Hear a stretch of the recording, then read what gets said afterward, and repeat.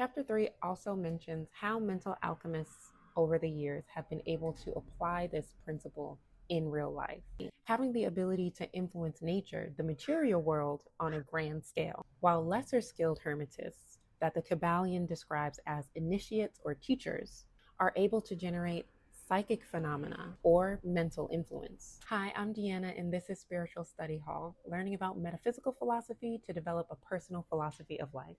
Immediately, this made me think of the videos from the 90s and the early thousands of the magician David Blaine, who was able to do seemingly impossible tricks using his mind.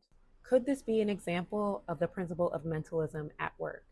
If we apply enough focus and intention to our mental energy, we're able to manipulate and impact our world. And as we can influence and impact the physical world in proximity to us, the Kybalion expands this even further. It describes how, just as we can influence ourselves in our material world, others can influence us, both unconsciously and consciously.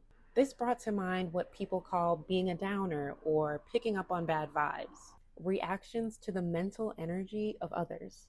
This also made me think about collective control. If we are unconscious of the power of our own mental energy, we are more susceptible to focusing on and amplifying the visions of others. When media promotes a specific narrative about humanity, such as most people will be replaced by AI, and we choose to believe it unquestioningly, we contribute our mental energy into transmuting that into our physical reality.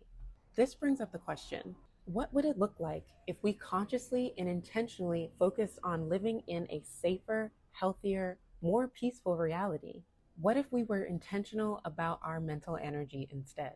The Kybalion goes on to discuss how this first principle of mentalism can be used for good or for evil, in accordance with the fourth principle, polarity. For me, this makes it all the more important for us to be intentional with our visions about how we want the world to be. If thinking positively about society with conviction and focus can lead us to a safer, healthier, more peaceful way of being, then I think that it's the least that we could do.